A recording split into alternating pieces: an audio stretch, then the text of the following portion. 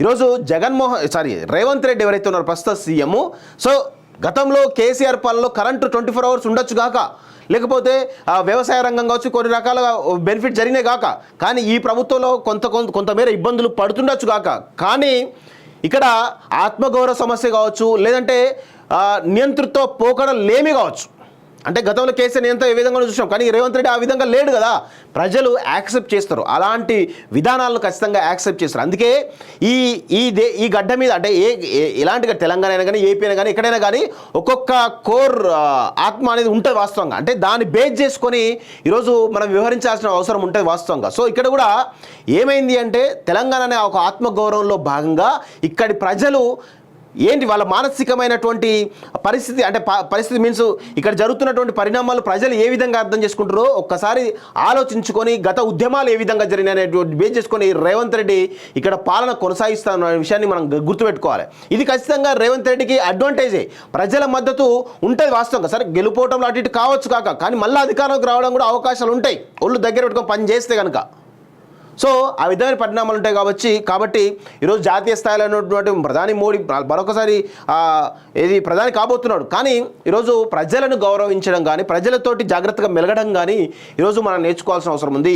అయితే ఇంకొక విషయం, మూడోసారి ప్రధానిగా మళ్ళా మోడీ బీజేపీ రావడం, ఇండియా రావడం ఏదైతుందో ఈరోజు ఖచ్చితంగా మనం ఒక విషయం అర్థం చేసుకోవాలి. ఇక్కడ పాలకులకి కేసీఆర్కి, జగన్మోహన్ రెడ్డికి, మోడీకి డిఫరెన్స్. మోడీ మూడోసారి రావడానికి గల కారణాలు ఏంటి, వీళ్ళిద్దరు ఓడిపోవడం గల కారణాలు ఏంటి అంటే వాళ్ళ వ్యవహార శైలి.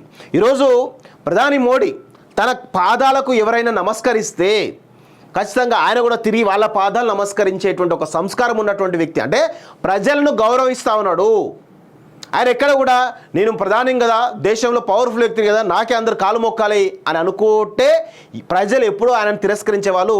మొన్న ఈ ఎన్నికల్లో కూడా ఆయన ఖచ్చితంగా బీజేపీకి బుద్ధి చెప్పేవాళ్ళు. కానీ ఈరోజు ఆయన వ్యవహార శైలి ఏదైతుందో ఈరోజు కాళ్ళు మొక్కడం కానీ అంటే పూర్తి స్థాయి నియంత్రణ ఉండకపోవడం కూడా ఈరోజు మరొకసారి కొంత నిలబెట్టింది. కానీ కొన్ని పొరపాట్లే కాబట్టి ఆ పొరపాట్లు నేర్చుకోవాలి, మరొకసారి తెరుచుకోవాలనే ఉద్దేశంతో మళ్ళా పవర్లోకి ఈరోజు పవర్ని ఇవ్వడం జరిగింది అనే విషయం గుర్తుపెట్టుకోవాలి. ఇక్కడ కేసీఆర్ కానీ, జగన్మోహన్ రెడ్డి కానీ ఈరోజు ఏంటి అసలు వాళ్ళ ఏజ్ ఏంది, వాళ్ళ ఇష్టారీత కాళ్ళు మొక్కించుకోవడం ఏంది, ప్రజలు దీన్ని ఇలాంటి సహించరు అసలే. అందుకే వాళ్ళకు బుద్ధి చెప్పిరు. ఈరోజు రేపు వాళ్ళ భవిష్యత్తు అంధకారంలో, వాళ్ళ రాజకీయ భవిష్యత్తు ఎటుపోతుందో కూడా చెప్పలేని పరిస్థితి కనబడతా ఉంది వాస్తవంగా. ఇదంతా కూడా మనం గమనించాల్సిన అవసరం ఉంది వాస్తవంగా. అంటే ఒక లీడర్ అంటే ఒక రాజకీయ పార్టీని కానీ, ఒక లీడర్ని కానీ నమ్మి ఈరోజు వాళ్ళకి అధికారం ఇవ్వాలంటే ప్రజలు ఎన్ని రకాల అంశాలు చూస్తారు తెలుసా.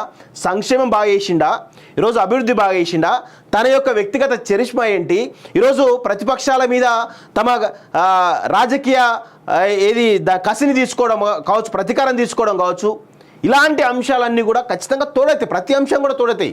ఏ ఒక్క అంశాన్ని కూడా ప్రజలు వదిలిపెట్టరు వాస్తవంగా. అన్ని రంగాల్లో చూస్తారు వాస్తవంగా.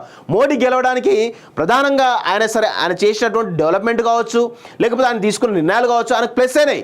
కానీ ఎక్కడ మైనస్ అయింది, రాజకీయ ప్రతీకారం తీసుకోవడంలో మోడీ వ్యవహరించిన తీరేతుందో ఈరోజు ప్రజలు దాన్ని గమనించారు కాబట్టి వాళ్ళకు చాలా తక్కువ మెజారిటీ తోటి ఇవ్వడం జరిగింది. సో భవిష్యత్తులో టీడీపీ కానీ, లేకపోతే బీహార్లోని నితీష్ కుమార్ పార్టీ కానీ ఈరోజు వాళ్ళిద్దరు కనుక అటు ఇటు అయితే ప్రభుత్వం కుప్పకూలేటి ప్రమాదం ఉంటుంది.